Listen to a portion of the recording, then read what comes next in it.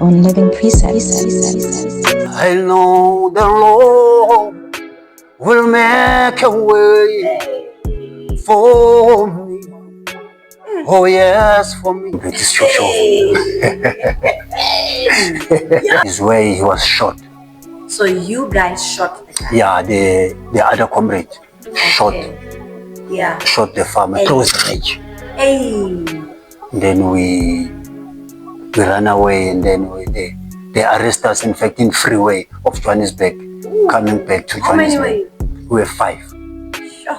5 of us.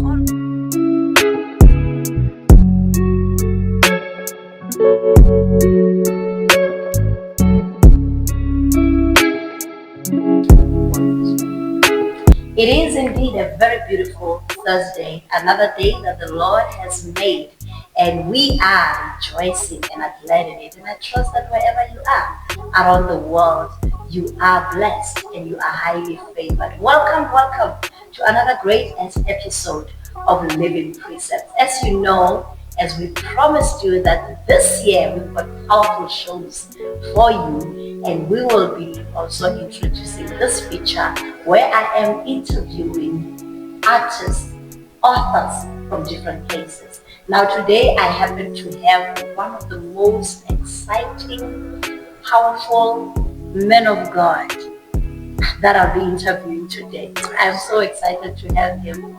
I was told about him last year, and since I was told about him, I've been looking forward to interviewing him. And he's also an author. He goes by the name of Pastor Isaac Mlangeni. Pastor Mlangeni, welcome to Living Precepts. Wow, thanks, ma'am, for welcoming me. What an honor to have you for the very first time. Yes, even me. So honored to be here. On Africa USA Radio. Thank you. Yeah, what an honor. And you have a very powerful testimony. Yes, ma'am. That you're going to be sharing with us today. Yes. Concerning the book you wrote. I saw the title and I was just fascinated, and I wanted to read this book. Yes.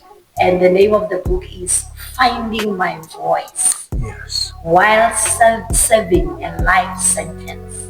Yeah. That's true.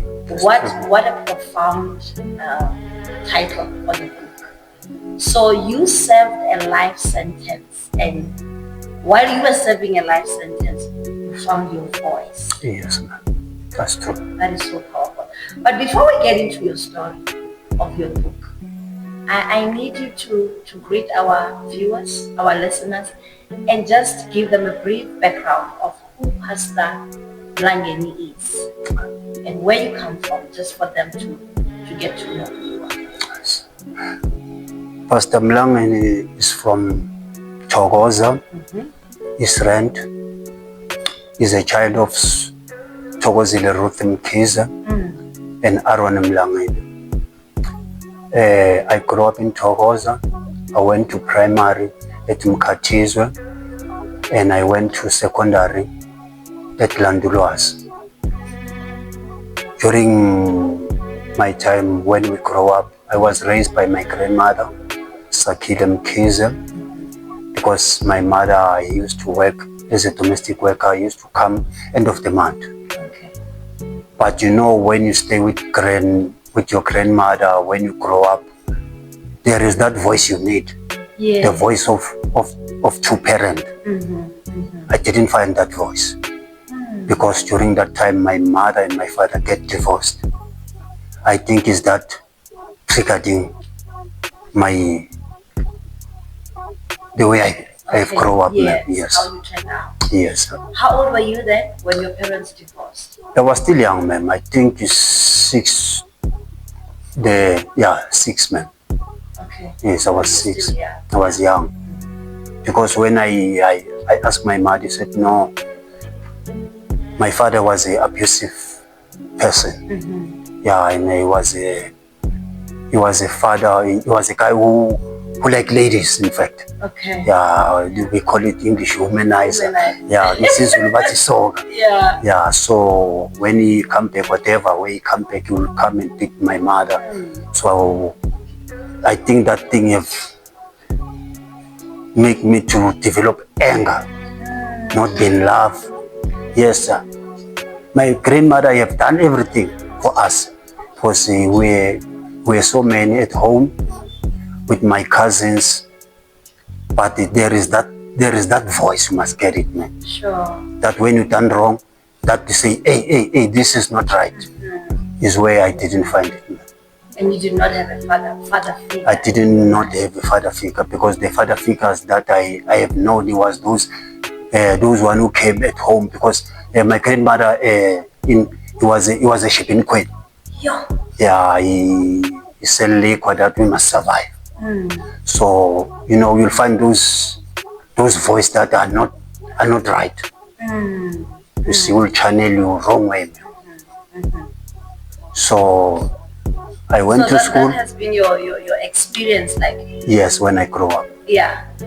I went to school, primary. I was a troublesome. I was a troublesome child, beating other children, stealing their stuff. Even they gave me nickname. They called me Bambat.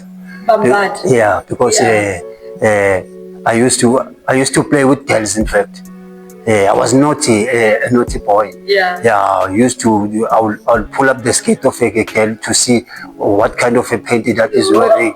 You see, and stealing there, I was rough, man. At a young age. At a young age, man. Stealing those pen, came back with those pen at home, and then my grandmother will ask me, where do you get the pen? I said, my friends have borrowed me, and then I will try to fix those pen that when we go back tomorrow, they're not supposed to. They are not the same, you see. They don't look the same. Yes, man. Okay. Yeah, but so there was a time where at secondary that I see that my life was going wrong. We chased away principal, Mr. Fenter. During that time of apartheid, we want our money of school fees. I was in front also there. As a Shoshovu comrade, young comrade. We end up burning the car of the principal and the car of the inspector.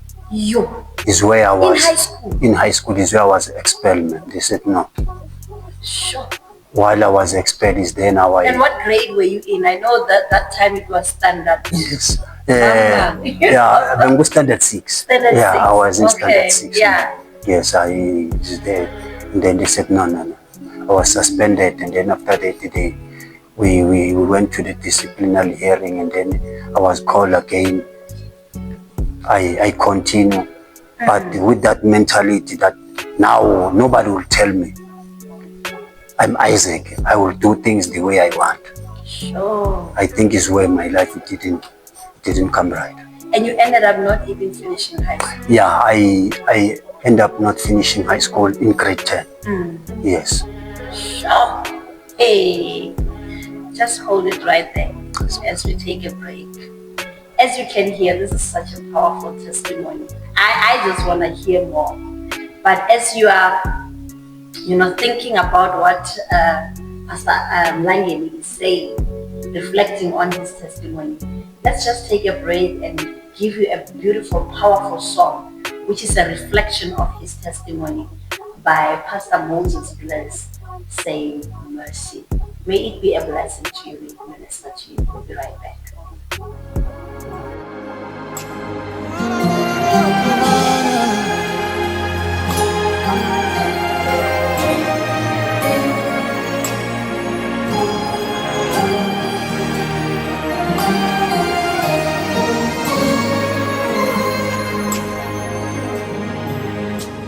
It's all because of you. It's all because of your grace that I'm still standing here right now. It's all because of you. It's all because of your love that I'm still standing. I could have missed my way. I could have fallen on the wayside, but you are always there to help me. I could have missed my way. I could have fallen on the wayside, but you always help me. Lord, I'm amazed by how you've shown me mercy. Yes. Chineke, thank you for your mercy. Lord, I'm amazed by how you've shown me mercy. Chineke, thank you for your mercy. It's all because of you. It's all because of your grace that I'm still standing here right now. It's all because of you. It's all because of your love that I'm still standing. I could have missed my way. I could have fallen on the wayside, but you're always there to help me. I could have missed my way. I could have missed it on the roadside, but you always help me. Lord, I'm amazed by how you showed me mercy. Chineke, thank you for your mercy. Lord, I'm amazed by how you showed me mercy. Chineke, thank you for your mercy. Lift your voice, sing. It's all because of you. It's all because of you. Yes. It's all because of your grace. I'm still standing. And I'm still standing. Oh, because of It's you. all because of you. It's all because It's all because of your love. that I'm still here. That I'm still standing. I could have missed my way. I could have missed my way.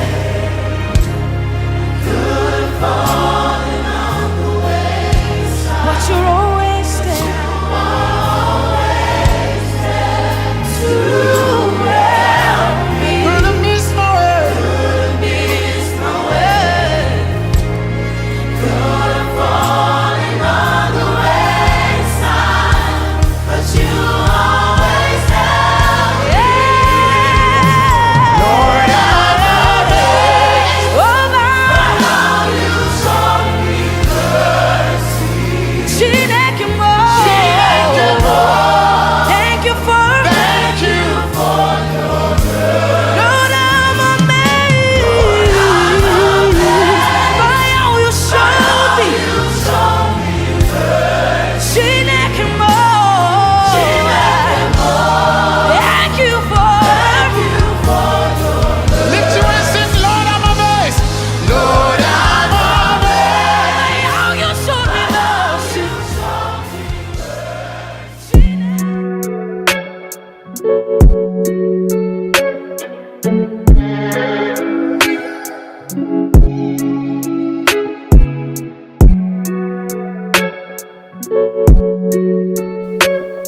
What a powerful song indeed. I trust that it has blessed you. Mercy by Pastor Moses Bless. What a powerful song, reflecting actually the testimony that you are just hearing right now. from Pastor Mlangeni concerning this amazing, powerful book that he has written, Finding My Voice While Serving a Life Sentence. Yeah. No, I'm really fascinated by what God is doing in his life, and I believe that this story is going to touch your life to reflect how great the grace and mercy of God can take us from where we are to where we don't even deserve. That's true. This is really what their testimony is all about, and the book is all about. So before we went to the break, my beloved pastor, you spoke about how you did not finish school. You were not able to finish high school. Yes. What transpired after that? What transpired, ma'am, as I've said, I was raised in Thokoza. During my school days, there was this fight between IFP and ANC and National Party. Is what contributed that I didn't finish school, because we're supposed to leave school. Yeah. And then we joined self-defense force, self-defense unity, where we defend our community against it was during apartheid. Yes. Yeah. It was before the election. Before the election. Yeah, before the election, because the fight started in 1990. Yes, so everything is just stopped. School, because they were burning our house. So we group each other that say, no, this is enough. It's where we left school. I joined the movement of the African National Congress Self-Defense Unity. We there now take arms and defend the location. It's where now things started to be wrong. So you became a comrade. I became a comrade. Yeah, is dead. Now I developed the love in politics. Sure. Yeah, there I was a dying heart of the ANC. You'll never tell me about Mr. Mandela. You'll never tell me about the ANC. I will die for ANC. During that time, and then after the election, is there now we find ourselves, we reconcile with the members of the IFP. Is there now I was trying to find my life again. Yeah. In music. I joined choirs. There was a choir there I joined in Thokoza. They call it Maswari Balethu. That was the best choir, because even we share stage with. So you've always had a voice. Yeah, I'm always had a voice. Yeah, but know how to control it. You're a talented singer. Yes, from way back. Yes, because in fact I will say I inherited it from my mother. Okay. Because my mother was a singer. He was supposed to join Mahotela Queens. But my father said, no, I don't have a wife who will go and sing. You'll stop this. So I think the talent came there. Yeah. Yeah, so joining that choir, everything went right. So I developed friends.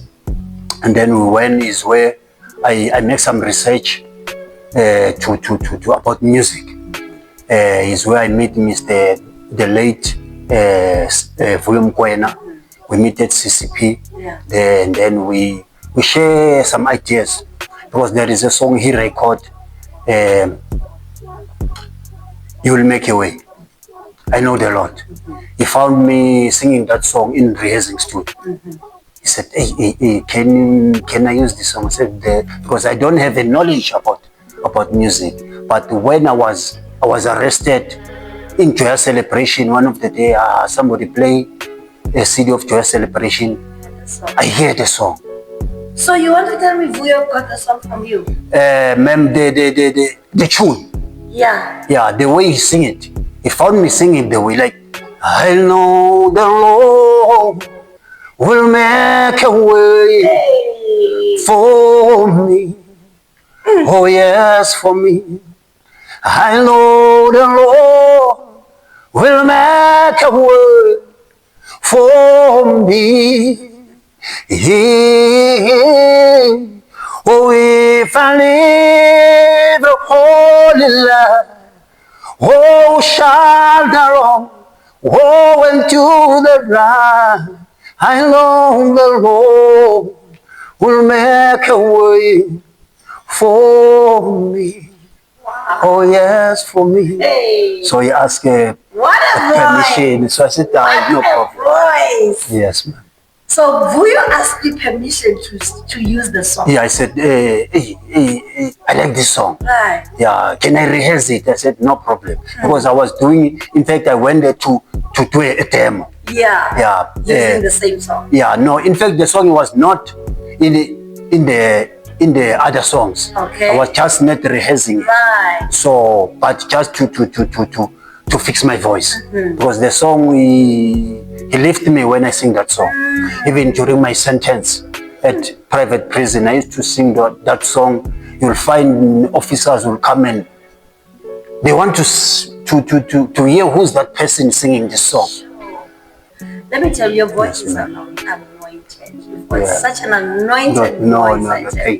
thank you, When you Pastor. send me your music and I listen Yes. to it, I'm like, this man Yes, is so anointed. yes, And let me tell you, let's leave that. yes. What led you to going to prison? As I said, I was working with the ANC. There was an assignment that I was supposed to go and fix in Northwest. Yeah, it was 2000. I went there, Northwest, to fix that problem because there was a farmer who didn't sign the contract of his employees. So because they know that in ANC that as I was in underground movement that inspiring them, I'm very good. Whatever they want, they will find. Yeah. I'm good in observing them. And then I come back with a good feedback. So I went there, stay 6 months, and then I come back with the feedback. So they said, no, just lead the negotiating.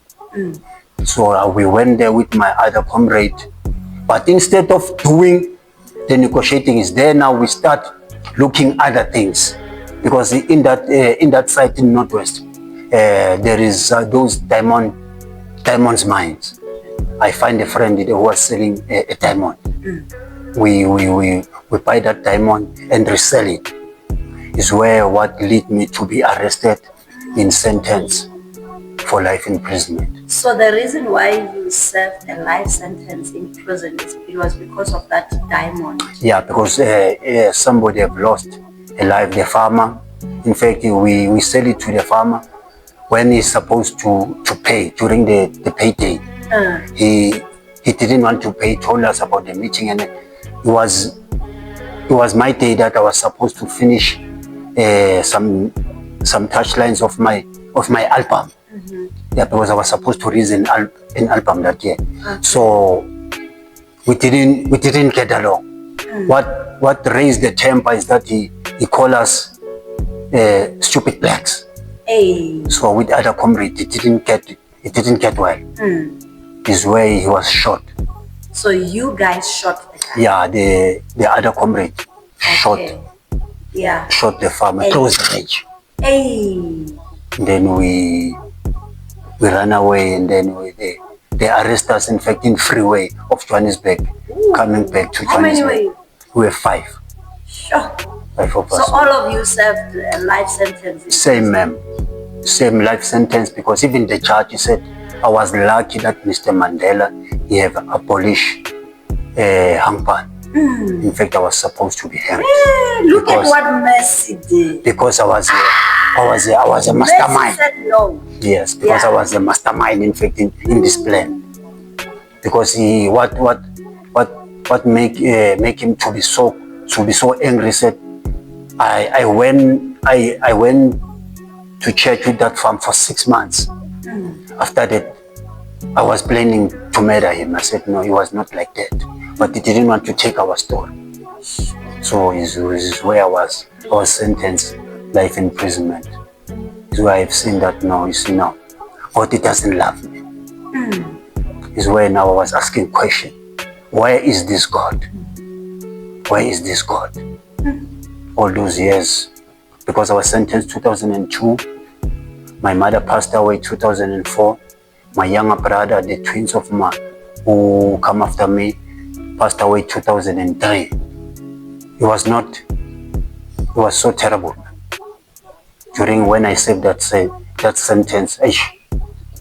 I used to pray that God, please open doors for me. I make appeals.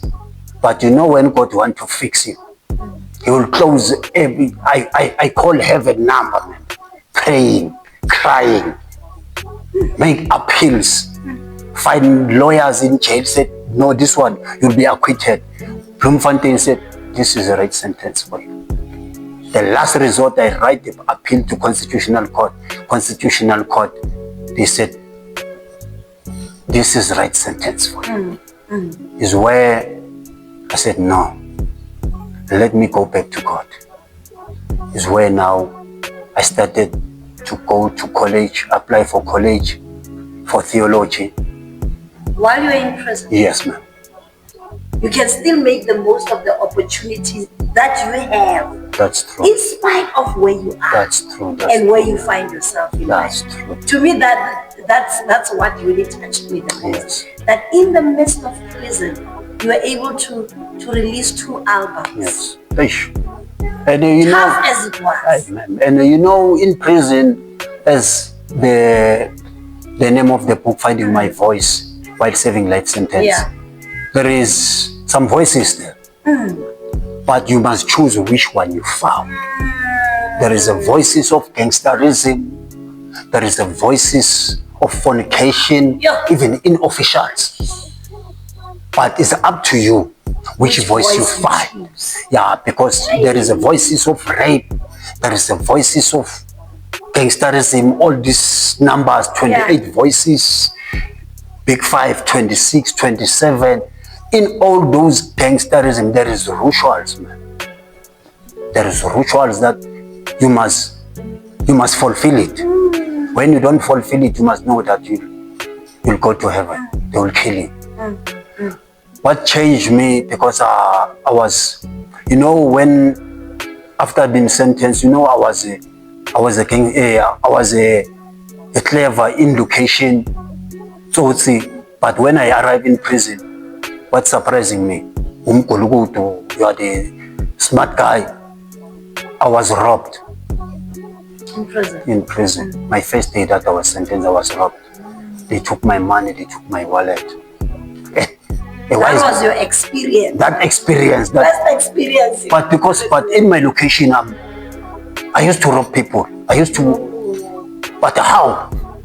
So, you know, prison, mama, I don't wish any child to go there. He won't survive. He won't survive. Because I experienced what made me to choose God. Yeah, in prison. Yeah, is where I witnessed a rape of a young man who was raped by a gang of 28. Sure. And I was told myself that I need to join that gang. The way they have marketed themselves to me. But after that incident of rape, I said, no, this is not what I want to sign. I didn't join the gang. I have chosen to go to church. I choose God. Say, God, now lead me. Lead me. I'm tired of this. But prison, it's not. So you found God's voice? Yes, I found God's voice. While you were serving? Yes. The encouragement. Not only did you, here you're saying finding my voice. Yes.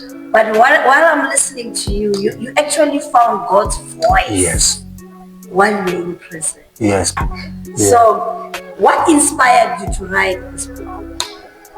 After reading the book of Mr. Sai Shabalala, he encouraged us that in the midst of trouble, you're not supposed to give up. It's where you're supposed to seek God to direct your life. Right. I didn't know anything about writing, but sometimes as a musician who know how to write a song, you are the writer, man. You are the writer. Yes. And I believe that it's going to inspire so many young people. Yes. And even those who think prison is just, you know. Yeah, it's just a hotel. It's not a hotel. Just a hotel. Yeah, so next time you want to come and speak about your experience. Yes, ma'am. In prison. Yes. From this book. Yes. But it's been such a pleasure to have you. No. Tell our listeners and our viewers, how do you get this book? If they need this book, where can they get it? How can they contact you? The book, ma'am, they will get it. My number is 082 31 33 201. Other number is 067 035 43 11. Is where they will find me. Yeah, all the bank numbers, the bank details is there. Yeah, they will find me. I will send them. My WhatsApp is 082. Is there? They will send everything. Okay. Yes, ma'am. All right. Thank you so much for coming. Your story has been so inspirational, has been so powerful, so motivating, and I trust that you'll come back so that we can unpack it more, because one interview is not enough to really, get to the gist out of all this. Nice. But are you on social media? Yes, I am in social media, in TikTok, where you look for Pastalicious. Yeah? Pastalicious. Pastalicious. Yeah, Pastalicious. Okay, why? Yes, why I call myself Pastalicious is because now I'm doing licious stuff. God have done licious stuff about my life, because I have managed to record 2 albums in prison, and which is not allowed. Sure. Correctional service, it doesn't allow that. People do not get a wrong impression that we go in prison to. No.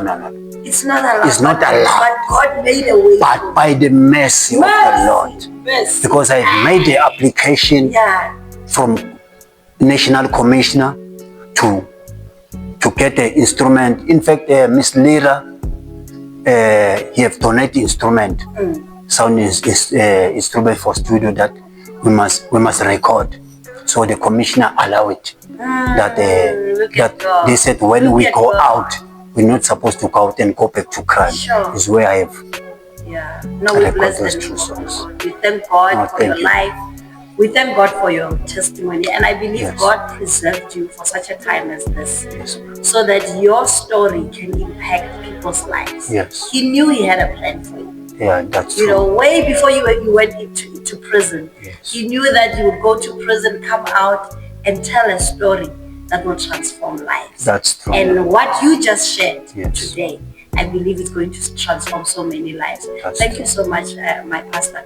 Before we leave, as it is the custom of the show, you can't live without telling us what's your favorite song, the kind of song that inspires you, that you love with all your heart, and you want us to go out with as we end the show.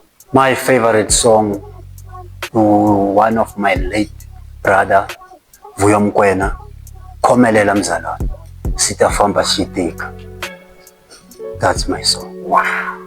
Take it away. Listen to that. Mlangeni, the legend, the late. Komelela. Yeah, we are remembering.